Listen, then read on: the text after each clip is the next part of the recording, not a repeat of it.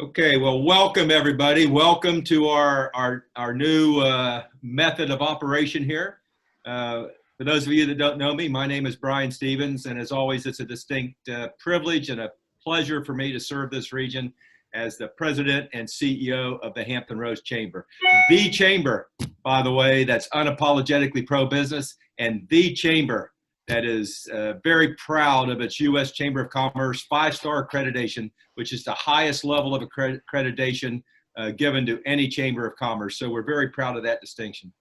On behalf of our board of directors and our members throughout the Hampton Roads region, I want to welcome you to this, our first program in the 2020 Hampton Roads Chamber Leadership Series.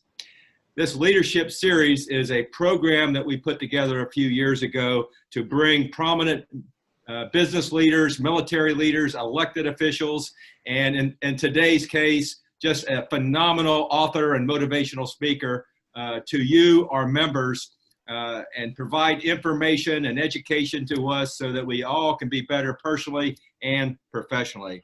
It is our honor to have with us today Dr. Willie Jolley. We had him come and speak to us in person. I believe it was in July of last year, and he just knocked it out of the park. He just absolutely motivated us all. Everybody left the room just fired up and ready to get on with their life. And considering the trifecta of things that are going on right now with the COVID-19 virus, our economy is struggling right now, and then with the social unrest that we find ourselves in, the staff and I were sitting around talking a while ago, and we said, we need Dr. Jolley. We need somebody that could come and speak to our members and really get us fired up. His presentation today is how to help you turn your setbacks into comebacks with an attitude of excellence. Don't you love that? I mean, just the title itself should get you motivated. How to help you turn your setbacks into comebacks with an attitude of excellence. That is spectacular. I want to take just 1 minute to thank our sponsors. We have a couple today for this event. First of all, I want to thank our Chamber Leadership Series presenting sponsor, Southern Bank. Trent is with us, and he will be introducing Dr. Jolley here in a second. But Trent, thank you for all that you do and your great professionals at Southern Bank for all they do in our community. I also want to thank the Hampton Roads Workforce Council. Sean Avery and his team, as always, do such a great job with the workforce development in our area, and also some of the community activities that they get involved in. And finally, we want to thank our media sponsor, which is Inside Business. Inside Business, a great business journal that we get every Monday morning, and Dan Duke and his team over there at Inside Business for all they do. So thank you to all our sponsors. And now is my distinct honor to invite W. Trent Dudley, Regional Executive for Southern Bank and Trust, today's presenting sponsor, to introduce our speaker. Trent? Thank you, Brian. Good morning. It is absolutely my pleasure to once again introduce Dr. Willie Jolley. He has been called the most powerful speaker, singer, and author combination in the world today. Dr. Jolley was named one of the outstanding 5 speakers in the world by the 175,000 members of Toastmasters International. Only 50 speakers worldwide have been given that honor, including Colin Powell, Nelson Mandela, and Margaret Thatcher. That's pretty good company. For several years, he traveled the company, inspiring and motivating thousands of people in every city he visited as the replacement for the legendary Zig Ziglar on the National Get Motivated Tour. Dr. Jolley has authored several best-selling books, including one of his latest, Make Love, Make Money, Make It Last, which he co-authored with his wife, Dee Taylor Jolley. Get ready for the Willie Jolley experience. Dr. Jolley, it's all yours. Thank you, Trent. Thank you so much, and I appreciate it. Thank you, Brian. Thank you, everybody there at the Hampton Roads Chamber of Commerce. I want to thank all of our sponsors, Southern Bank and all the sponsors, for their stepping up in this challenging time to help us to grow and go to the next level. I'm excited about the opportunity to be here with you right now to share some ideas. We are trying to talk about how to turn a setback into a comeback with an attitude of excellence, and more specifically, how to come back from crisis. Because we're at a time of crisis. So we're going to do what the chamber has been talking about. I love the chamber, and I encourage everybody, if you have not been on the Hampton Roads Chamber of Commerce website and seen that incredible video that they have to help move business forward, I encourage you to do that because it will inspire you just watching the video. So today we're going to be moving business forward, and I'm just here to say it's time to not just survive this challenging time, but to actually thrive in the midst of it. So this is a part of a 7-part series that I share with companies around the world, and I'm gonna give you part of it. I wish I had time today to give you all of it, but actually that would take all day. So this is just a intro part. This is the prerequisite so we can get going to the bigger and greater parts of growing and going to the next level. First thing I always do, and many of you know if you were there when I came there, is I got to get you energized. I know that many of you maybe waking up late, or you got up early, or you've already had your workout. I don't know what, but I always like to energize people and get everybody on the same page. So I want everybody just to say it to yourself. Say, I feel good. I feel real good. I'm wide awake.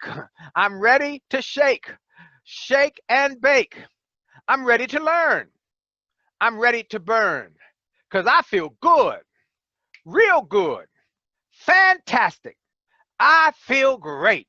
And I hope you do feel great. Everybody, give yourself a little round of applause. It's always good to get the energy going and get the things moving, and that's what I like to get people. Now, you know, I'm grateful to be here, and I shared with the group when I was there that I start every presentation by saying I'm grateful to be here, but I'm grateful every time I get to do what I do. This is a picture of me in Japan when I was speaking for the forces in Japan for my second tour of Japan for the U.S. Marines and the U.S. Air Force. I was having a great time going all over the island of Okinawa.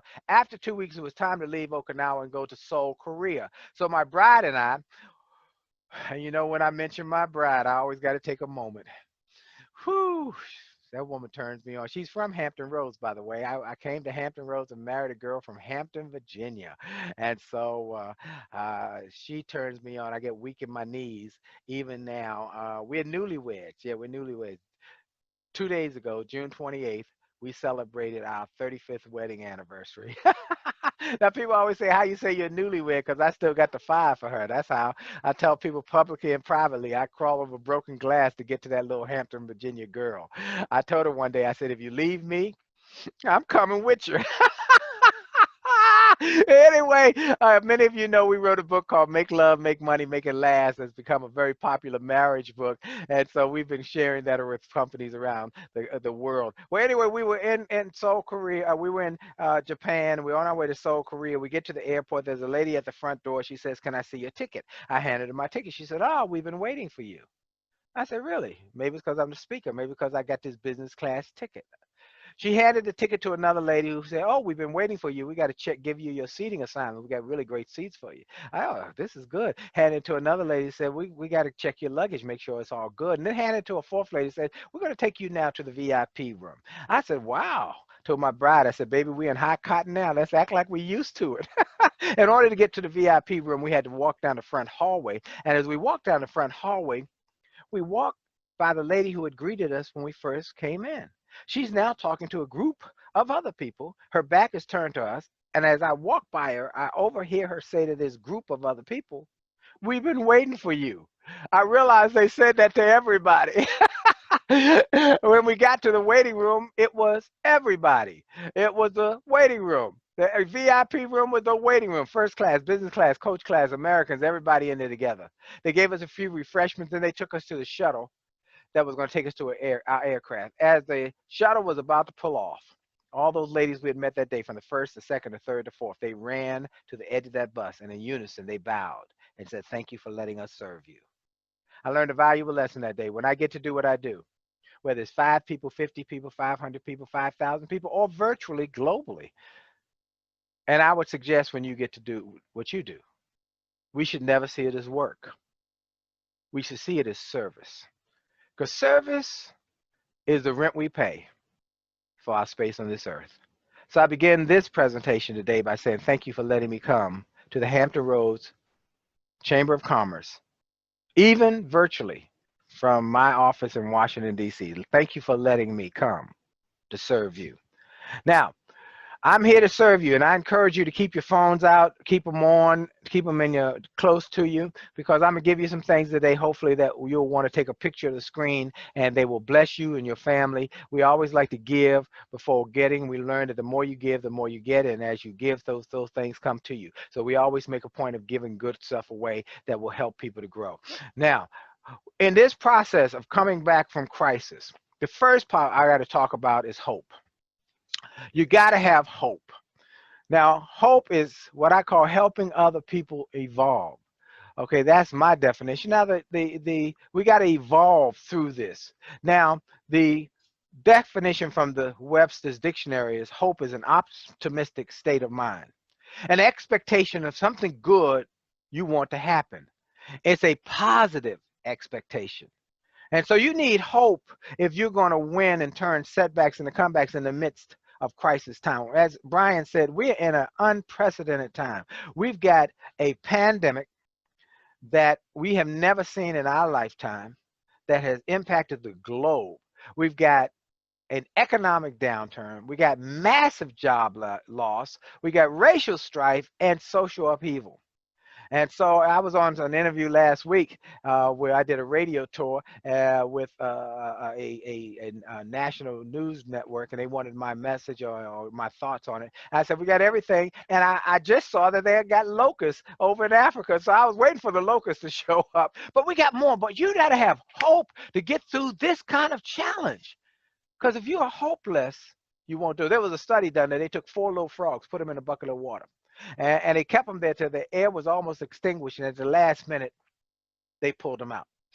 Then they took those same 4 frogs and put them in a bucket of water, and took 4 new frogs and put them in a separate bucket of water.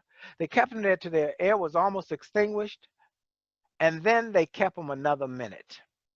The old frogs who had been through something, who had an expectation that good was going to come, held on.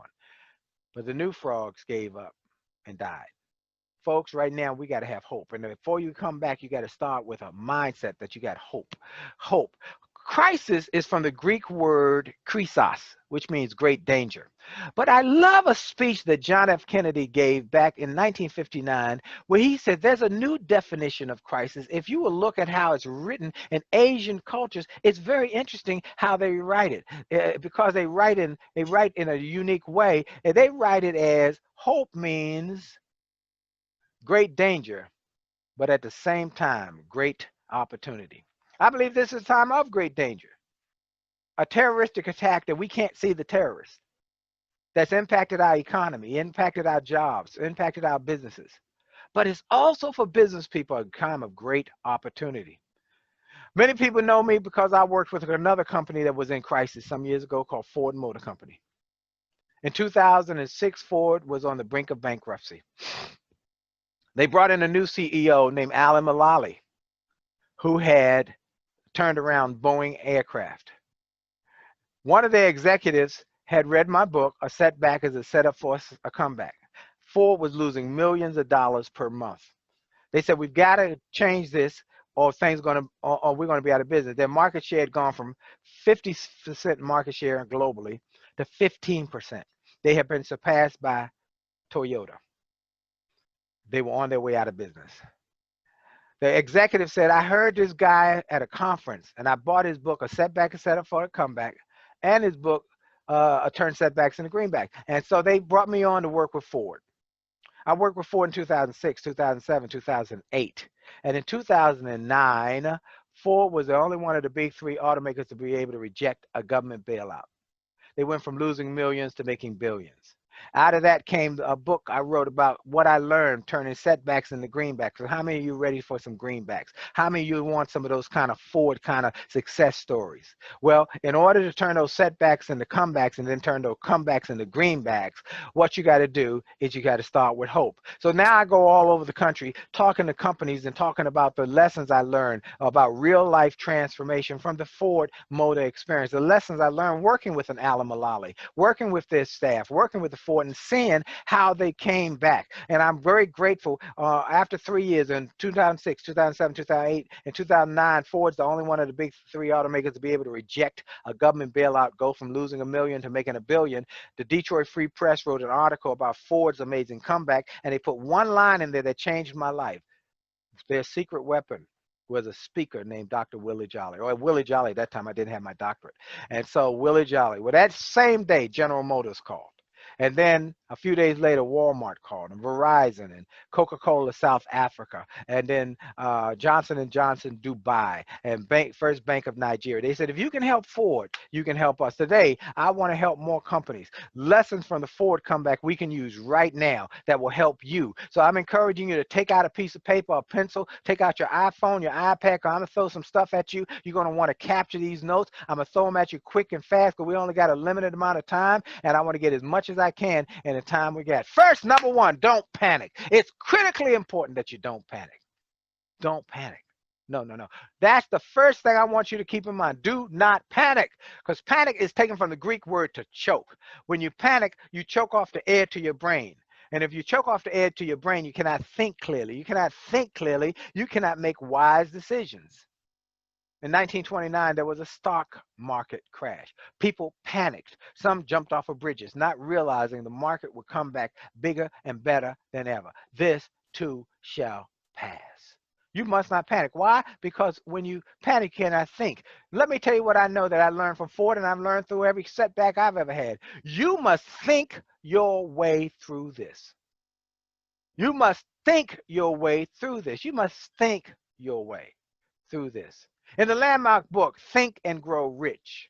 And that's the book that changed my life. I'm telling you, that book changed my life. Napoleon Hill wrote that book over 70 years ago, but it's now still the #1 book for making millionaires in America. It has made more millionaires than any other book other than the Bible. My Bible is my #1 success journal, manual, followed by Think and Grow Rich. And in that book, Napoleon Hill wrote something powerful. He wrote, in every adversity, there's a seed of equal or greater opportunity. In every adversity, there's a seed of equal or greater opportunity. And my story, for those who don't know, was I was a nightclub singer who became very popular in the Washington area. I don't know if you can see some of my awards up here. These are the jazz singing awards I had before I became a speaker. And I won the award Best Jazz Singer, Best Entertainer. But one night I went in a nightclub and they said, we've made a change. We love your band, but there's something cheaper going around the country that we decided that it was just a better return on investment. We bought a karaoke machine. I was devastated. I didn't know what to do. A friend of mine gave me a motivational tape and a motivational book. Gave me a motivational tape, cassette tape. Y'all remember cassette tapes? And on that tape was a guy named Charlie Tremendous Jones, who said, in 5 years, you'll be the same person you are today, except for 2 things: the people you meet who inspire you, the books you read and empower you. And that friend gave me that tape and a book, Think and Grow Rich. And that was the first book I'd ever read from cover to cover. I had never read a self-help book. I didn't know there was such thing as motivational tapes or motivational books. And that book changed my life. And I'm honored that a few years ago, I was honored to be one of the 53 thought leaders that was able to celebrate that book and the impact it had. Many of them have become multimillionaires and billionaires, and said that book has had an impact. Like my friend Joe Dudley from Dudley Hair Care Products. He was one of the 53. And he said, I've read it 300 times. The first 100 times to make me wealthy, second 100 times to keep me wealthy, and the third 100 time, he said, I read it for insurance. So in every adversity, there's a seed of equal or greater opportunity right out of that book. And there are companies that have been born out of adversity. So this shows that this is not something that someone just thought about, but they're actual evidence. Here's some of the companies you might know: Disney, Hewlett Packard, Hyatt, GE, IBM, General Motors, Salesforce, Microsoft, Google, Facebook. All of them came out, Hewlett Packard came out of difficult, challenging times, out of the Depression or out of recessions. So You must, as Brian said and the chamber said, I want to applaud the Hampton Roads Chamber of Commerce. I love this quote. I had to put it in my PowerPoint. Pivot to the positive. Come on, somebody. Pivot, bam, to the positive. You got to pivot to the positive. Now you got to pivot. You got to pivot and you got to go to a positive perspective, a positive way. So that's number one. Don't panic. Then number two, pivot to the positive. Number three, don't willingly participate. Don't willingly participate. Now, what I usually say that, I mean, don't buy into the gloom and doom. Now, but right now, here's how you don't participate. Do what the doctor said. That's simply it. Do what the doctors and the medical community says, because if you're not part of the solution, you're going to be part of the problem. Now, if you get sick because you did not do what the doctors recommended, then you just make it more difficult for your family, your business, your finances. It is been said, here's what we must do. Don't willingly participate by social distancing, wearing a mask, washing your hands, and being wise. And if you do those things, they said wear a mask, social distance, wash your hands.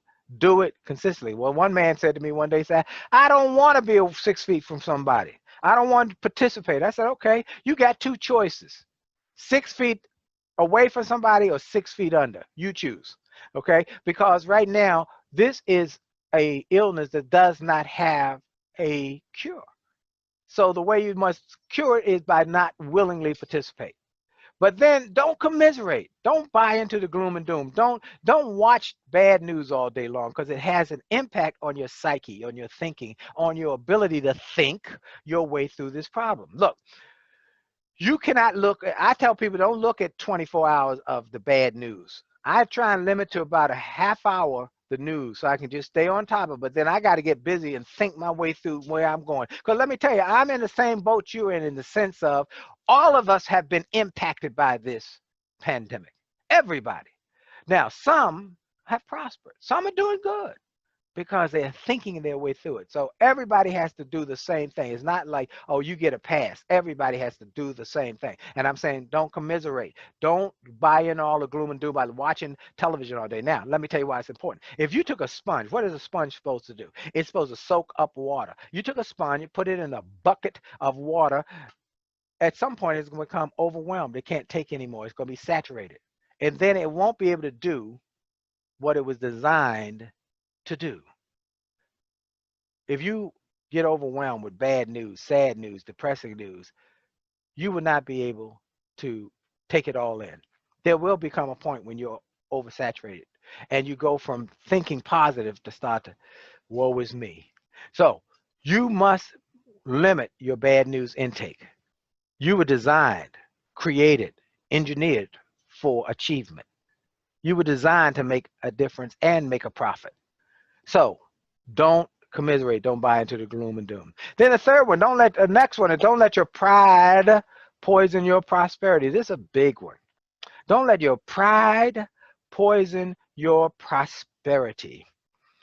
And by the way, these principles are out of my book, Turn Setbacks into Greenbacks. So this one is one of the big ones because it was a lesson I learned from a gentleman named Duke Green. Great entrepreneur in the Washington, D.C. area, built a company called IBS back in the late 60s, early 70s. He became one of the first big IT companies in D.C., African-American owned. He was on the front of Fortune magazine, on the front of Black Enterprise. He was rolling, doing great. Well, if you remember, if you're old enough, back in the 1970s, there was a recession. The people had to line up for gas according to different days, according to their even or odd tags on their cars. And so money got tight. Business got tight. So Duke Green, as the CEO of IBS, had hired the best and the brightest in IT, which was still a new industry, from Harvard and Howard University, Hampton University, and the great schools. He didn't want to lose any of these great people because they were so hard to find. So he took his salary as a CEO and paid the employees. Well, after a few months of doing this, though, his personal money dried up. He had gone into his savings. That was drying up. So he had to do something drastic. So every day he'd go in as a CEO. He'd work from 8 a.m. till 8 a.m. in the morning till 6 p.m. in the evening as a CEO. He'd go get some dinner, and then from 8 o'clock at night till 3 a.m., he would drive a trash truck. He said, I drove a trash truck to get me through college. I can do it again. He did that for a year until the economy opened up, and then he went back to being the CEO. He said, because I was willing to do that, I was able to keep all those employees. And because I was able to keep my employees and pay them and keep this business growing and going, about 10 years later, he was able to sell that company for $600 million. Folks, don't let your pride poison your prosperity. Be willing to do that which is uncomfortable now to get to do that which is comfortable later. Be willing to do that which is uncomfortable now to get to do that which is comfortable later. My friend Les Brown says it like this: if you do the things today that others won't do, you will have the things tomorrow that others won't have. I had the honor of being on an event with Les Brown the other night in Sydney, Australia, all live streamed. And Les said how he had learned to do that which is uncomfortable, which has allowed him now to be paid amazing amounts of money to give speeches, even online. He said, you got to be willing to do that which is uncomfortable to get to do that which is comfortable. So I'm encouraging you, don't let your pride poison your prosperity. I'll give you a personal story. My daughter is a cosmetologist. She owns a salon in North Carolina. She's an entrepreneur. Well, people stopped getting their hair done. People stopped getting their makeup done, their nails done during the pandemic. They couldn't come to her shop. So my daughter also is able to cook. She went to the grocery store, got a bunch of food, just a lot of food, came back home and started cooking. And she'd cook meals. And then she'd put it on Facebook. I have meals for those who don't want to have to cook. People chimed in, said, yes, I want a meal. They paid her via a phone app. She got the money. She sent the food to them by Uber. The Uber driver put the food up there, gave him a text, it's here. Everybody was happy. You got to think outside the box and do what is uncomfortable to get to do what is comfortable. Here's the next one. Don't stop thinking about the power and possibilities of tomorrow. Now, this is a big one because we're in the midst of a crisis. We're in the midst of a challenging time, but we also should be having some goals about the future.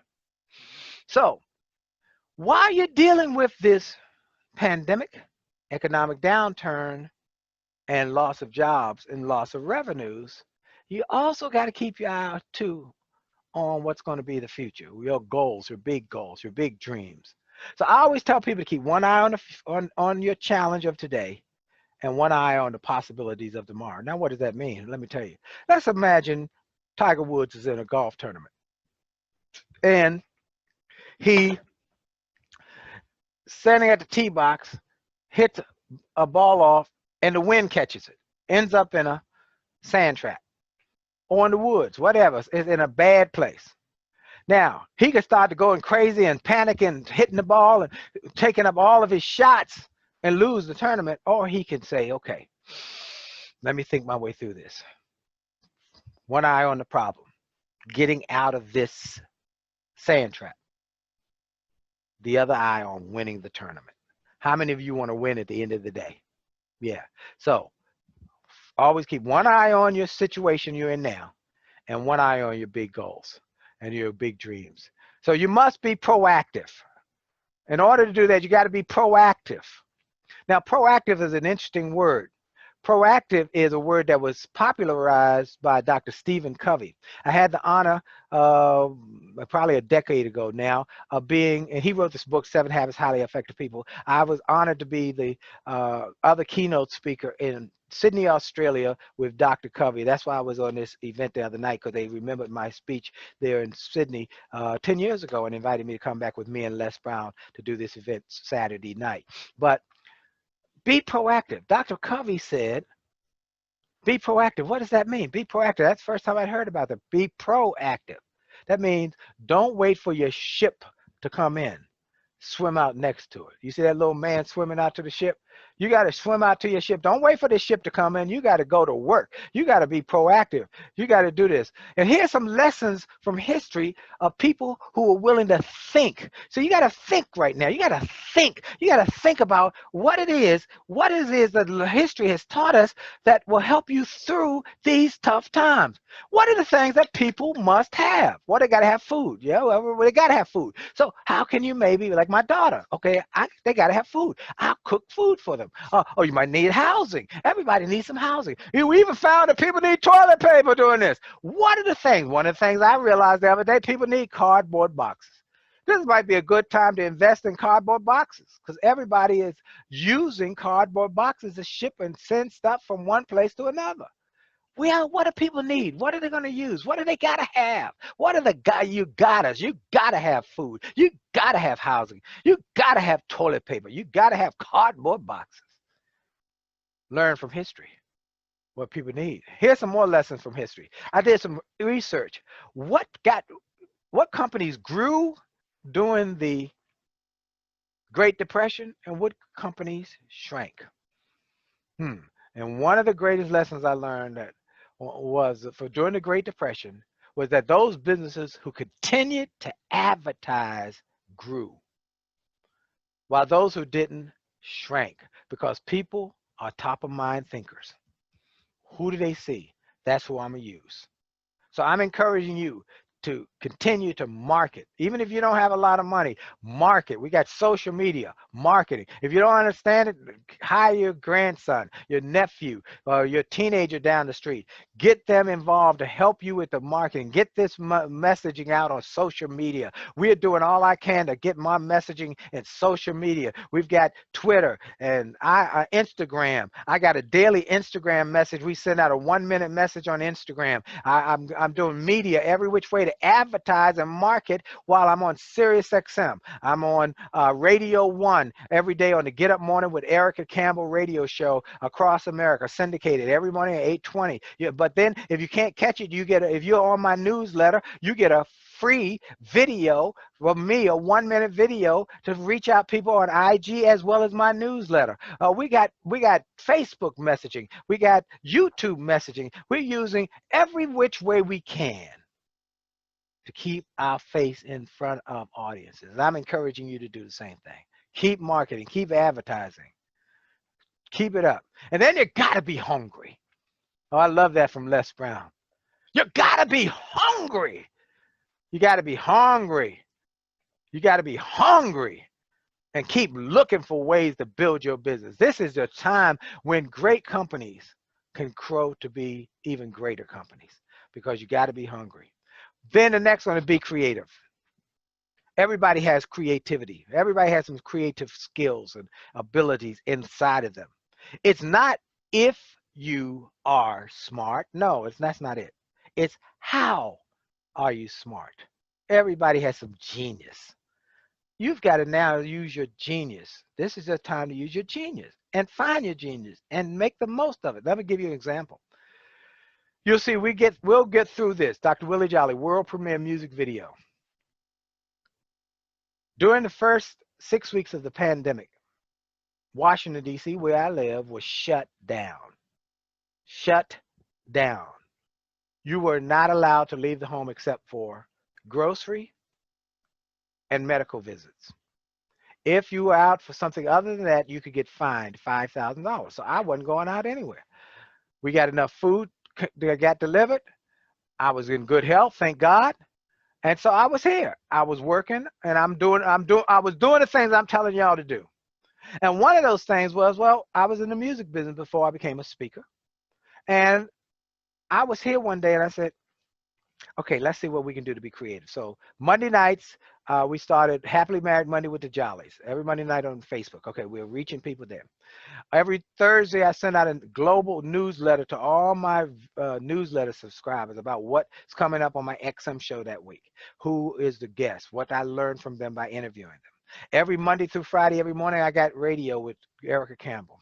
Every day, I got videos we send out. Okay, what else can I do?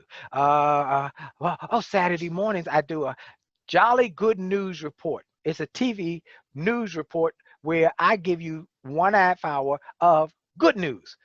Where other TV news reports tell you how many people got infected, how many people died, not on my news report, not on Jolly Good News Report. Every Saturday morning at 10 o'clock on my Jolly Good News Facebook page, I do. Hey, let me tell you the latest statistic from coronavirus. Oh, no, I'm not telling you how many people died. I'm not going to tell you how many got infected. I'm going to tell you how many people recovered. As of last Saturday, 5,500,000 people are now home with their families, recovered from coronavirus. Woo!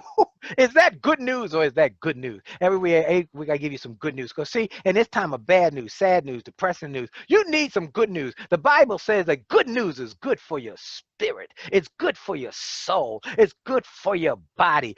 Maya Angelou said, good news puts starch in your spine. You need some good news to get you to get fired up and get going on your dreams and goals and to think your way through. Well, I'm doing all these things. I said, but I got to do something else. What else can I do? I've got these TV and I got radio. I've got these programs. What else can I? And I said, hey, how about a music video? I had never done a music video. So I got my iPhone, I got my iPad, and I got the two of them. I got my iPhone and iPad. I went back to pulling them out. I said, I'm gonna do one myself. I'd never done it. I created video footage of this song called We'll Get Through This that I had recorded. I sent it to some video publishers and producers by email, and they created a world-class video. It has exploded globally. I'm gonna show it to you a little later in this presentation. You'll see why I said. So, next one is be prayerful. Prayerful, even if you don't believe in prayer. There was an article in Washington Post recently that atheists now are even praying because they realize that prayer gives you hope. Where it goes back to where I started. You got to have hope. Prayer gives you hope. So I'm encouraging you to pray your way through this. Pray. Now let me tell you, I said that I gave you a bunch of them, but this is actually number one. Why did I do it at number 7, 8, and 9, somewhere in there? Because I know far too many people who will pray and do nothing else. A lady came up to me one day and she said, I love your radio show. I listen to you on the radio. I said, thank you. She said, I'm looking for a job. I said, well, girl, what are you doing to get a job? She said, I prayed about it. I said, that's great. What else? She said, oh, that's all. Let me tell you something. I've learned that scripture says that faith without works is dead. The Chinese have a great proverb that says, he who waits for roasted barbecue duck to fly into his mouth is going to wait a long time. You better take action on your prayers. I love it like this. It says you must pray and perform at the same level. You must pray like it all depends on God and work like it all depends on you. Your prayer and your performance must be equal. So first part is hope. Now let's get to the help. I want to give you some thoughts to help you thrive, not just survive. Because see, we want to get past just survival to thrive. Ford thrived. They didn't just survive. They went from the bank of bankruptcy, losing millions, to making billions because they made a mindset to thrive. Let me help you to thrive. First is the power of goals.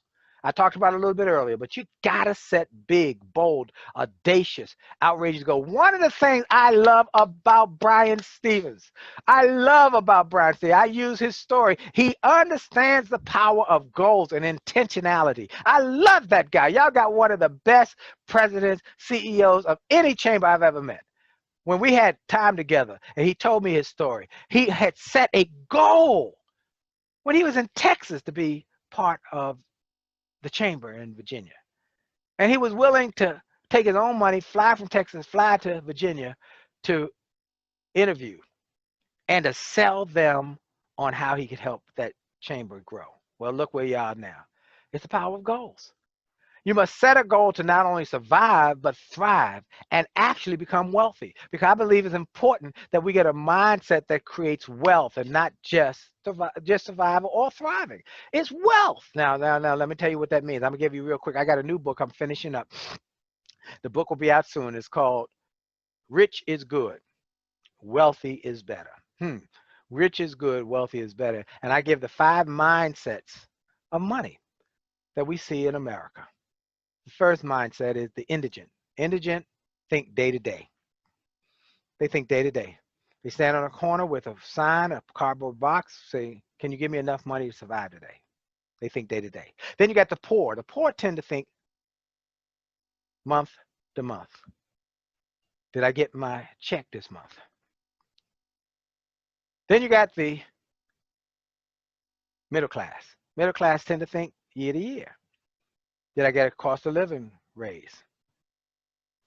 Then you got the rich. The rich tend to think decade to decade.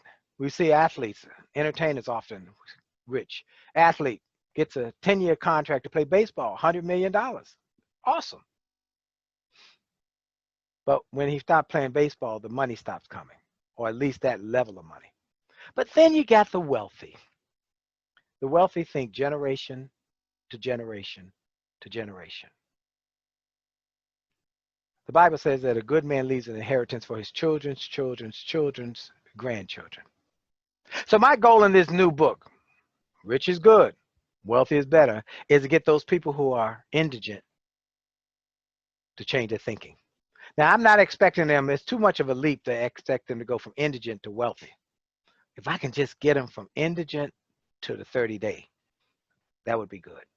And if I can get those 30-day folks from 30-day to middle class, year to year, that would be good. If I can get the folks who are year to year right now to get to decade to decade, oh, that would be fantastic. And if I can get those people who are decade to decade already, the entertainers, the athletes, and the people who, then I can get them to wealthy.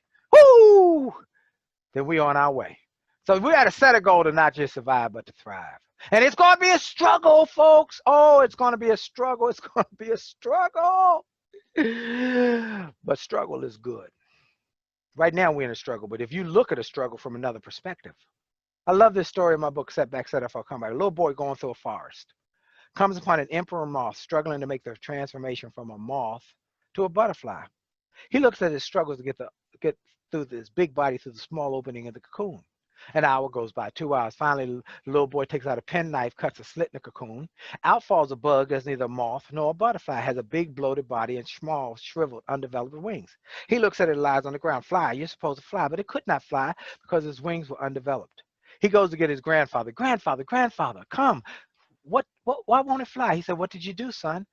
I cut a slit to make it easy, so it wouldn't have to struggle. He said, my son, that's where the mistake was made. See, it's forcing his big body through that small opening that it forces the fluid out the body into the wings. Without forcing the fluid out the body into the wings will not develop. Without developed wings, that butterfly cannot fly. And a butterfly that cannot fly will never survive in the wilderness. The moral of the story, ladies and gentlemen, is that life and flight are in the struggle. You must struggle. How many of you got children?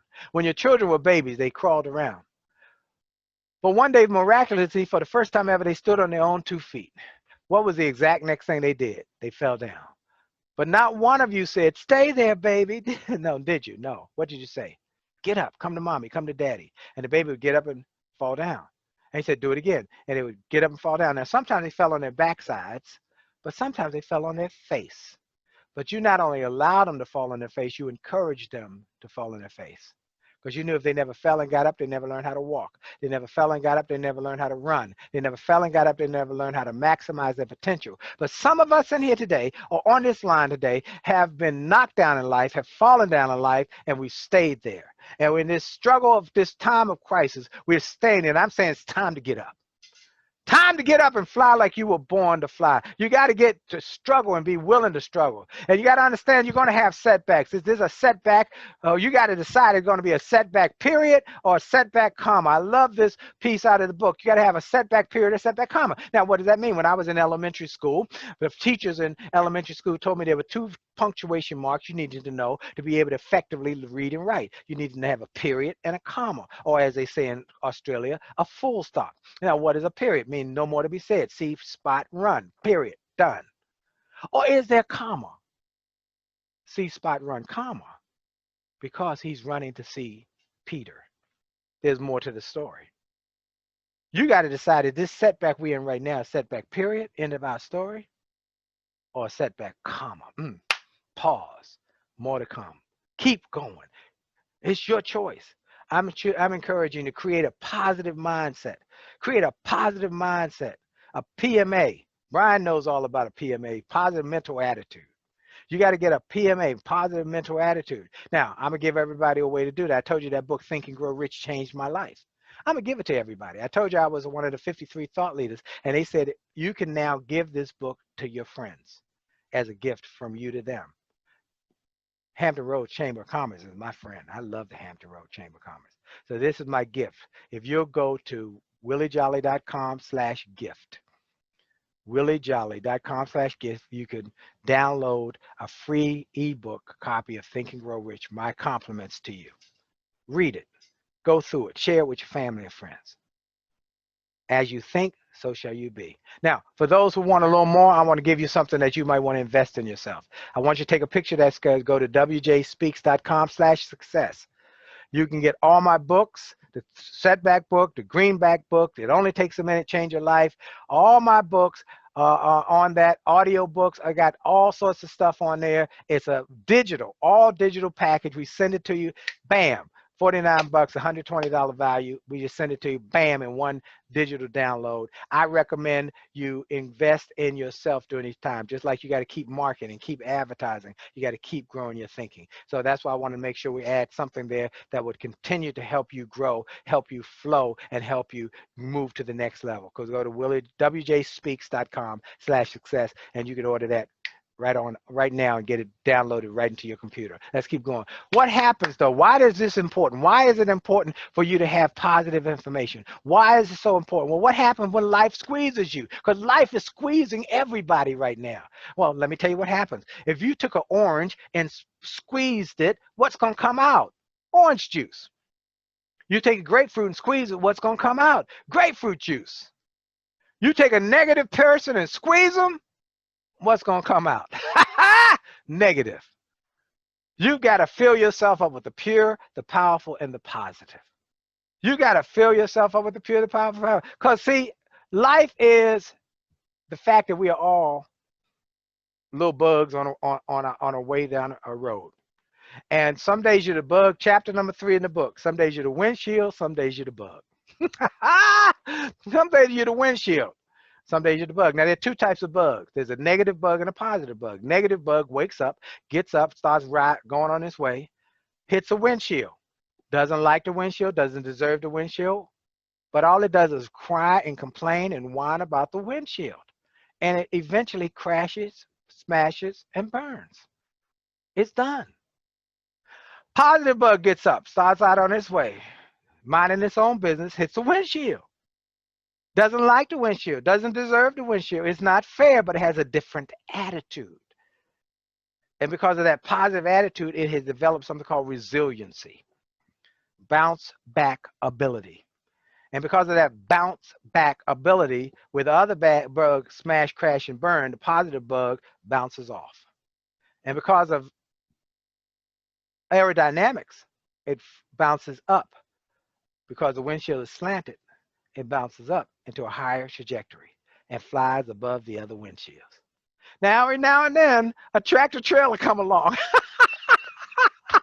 But that's just your chance to get up higher. I'm encouraging you to be a positive bug.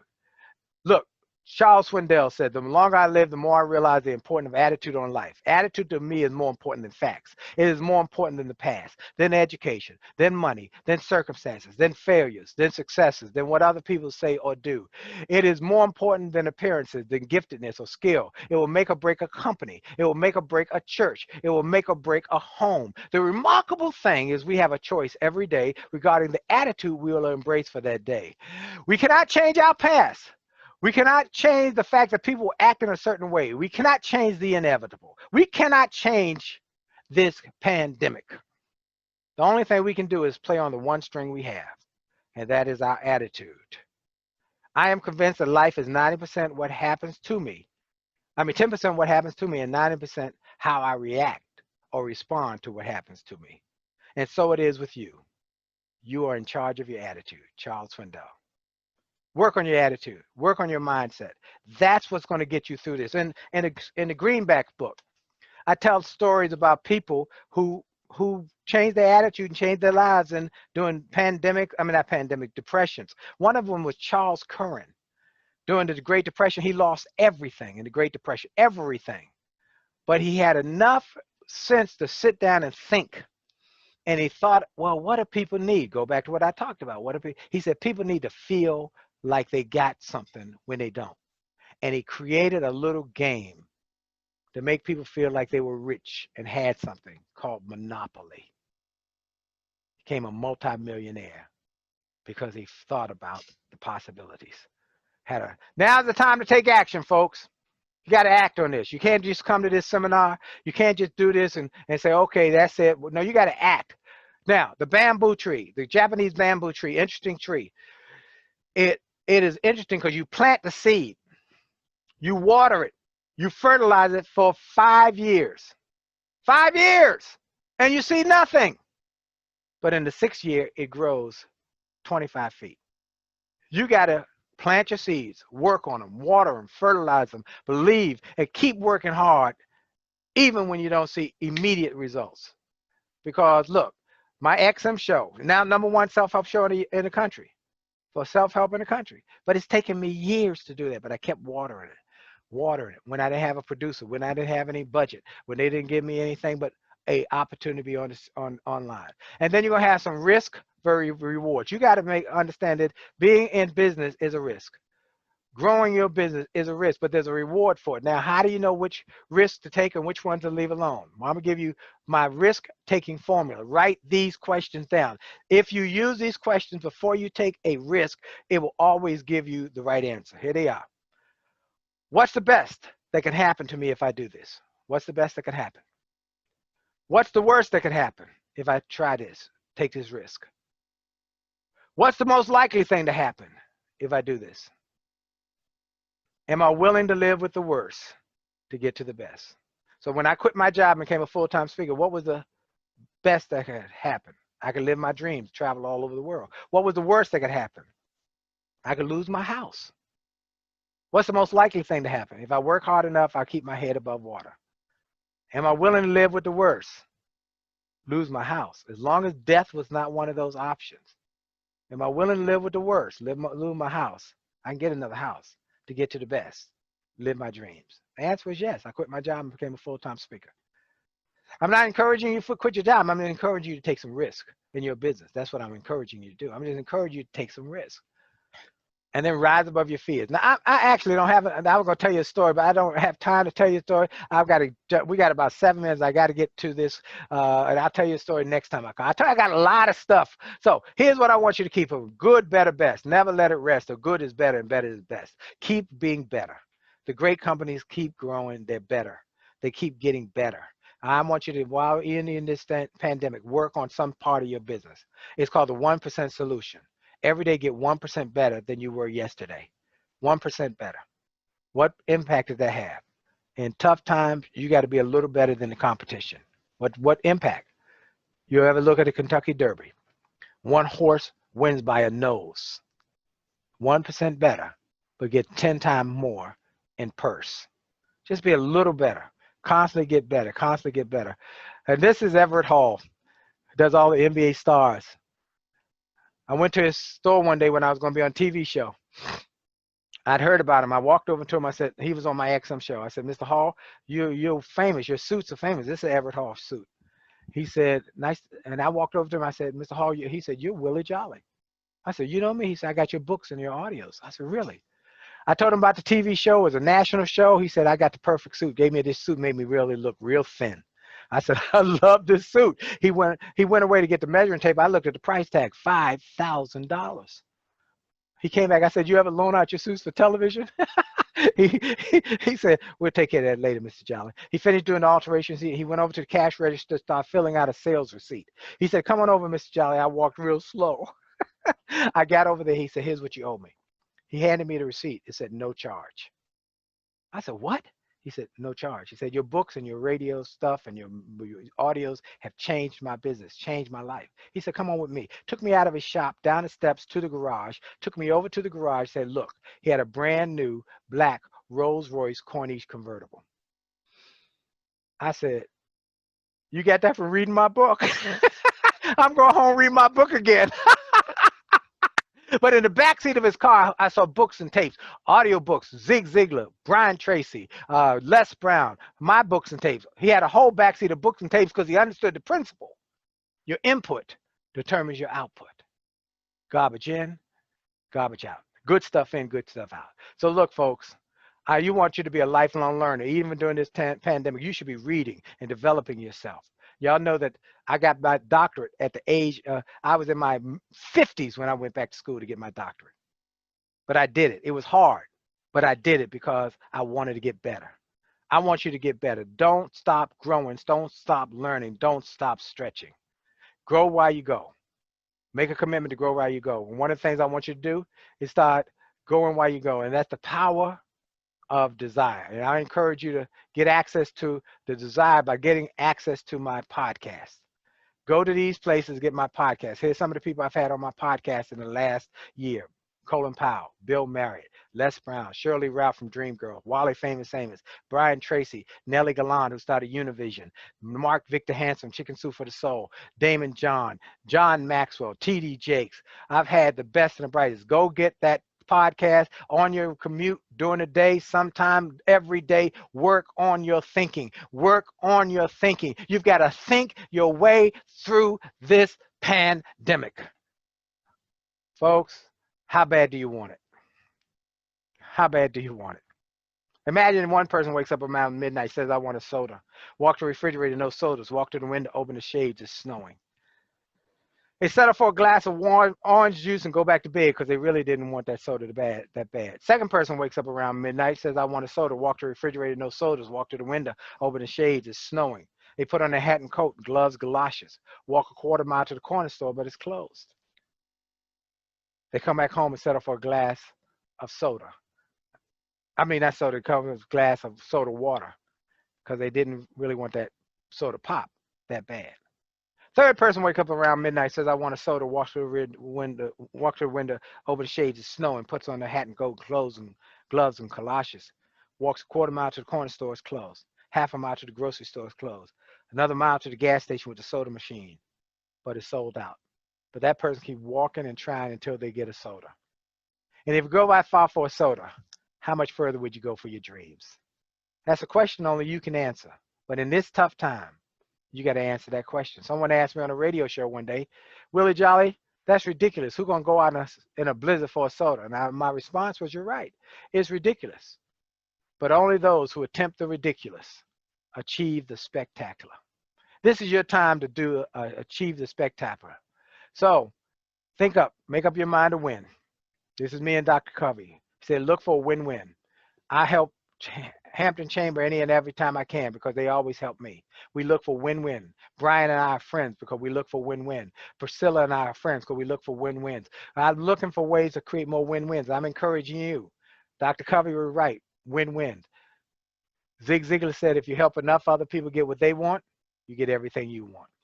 So I'm going to close with this, that your best is yet to come. Your best is yet to come. And even in these tough times, together, we will get through this. We're going to get through this together. Here's the song that I told you I wanted you to see. Let's see if it's still here. If not, Cheryl had it on there. But I want you to go to winwithwillie.com. You'll see the song. I hope to play it, but our time is out. So look, winwithwillie.com. The song We'll Get Through. Oh, I think there it is. Okay, maybe that's it. Hold on. Here we go. I'll play a little bit of it.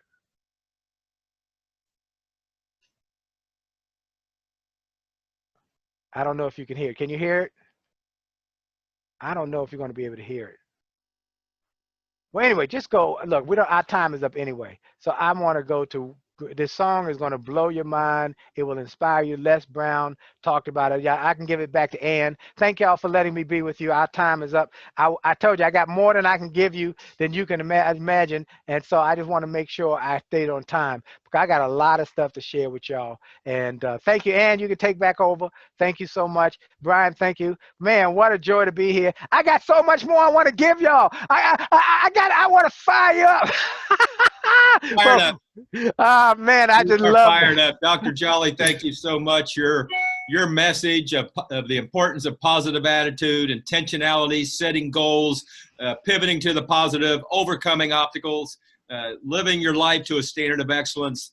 It resonates with us here in Hampton Roads. It resonates with this chamber, and we love you. We appreciate your message, and thank you so much for spending an hour with us today. Oh, Brian, you know I love the Hampton Roads Chamber of Commerce, my #1 chamber in America, because they got one of the best leaders there, as well as a group of leaders. And I can't wait till this is over and I can come live. But in the meantime, if I can be of help again to do something maybe in the fall for y'all, you know, I'm here. I got more stuff. I got still more stuff I want to get. I couldn't get to it all. I got so much. I'm excited about being with y'all. Thank you for having me. And thank y'all for all the great work you do. Thank you so much, Dr. Jolley. And thank you all for attending today's session. This concludes it again. Dr. Jolley, thank you. Thank you. Bye-bye, everybody.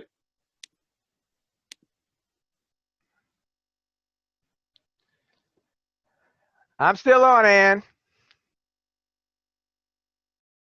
Priscilla, y'all there? Hi, Dr. Jolley. Great Hey. job. Thank you. Great job. I think Priscilla's still on too. I'll unmute her. Okay. Thank you for unmuting me. Oh, Dr. Jolley, that was fantastic. And I got a really good picture of you and Brian together. Oh, good, good, Yeah, yeah. good. You got Both a of good your big, beautiful smiles going. So it's Great. a good shot. Yeah, yeah, Great. yeah.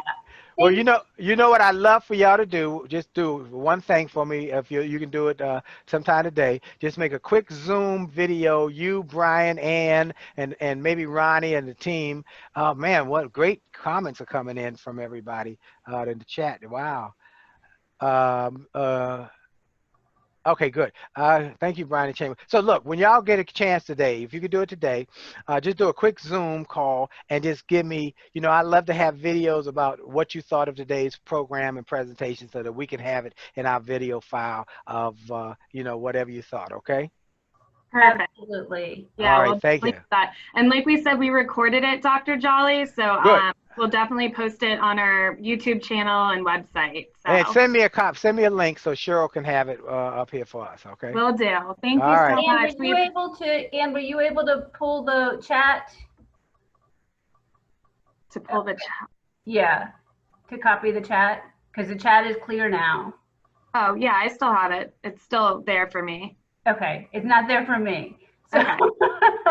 if you can just screenshot the chat, and then if somebody has questions for Dr. Jolley, we can get them to him. Absolutely. Absolutely.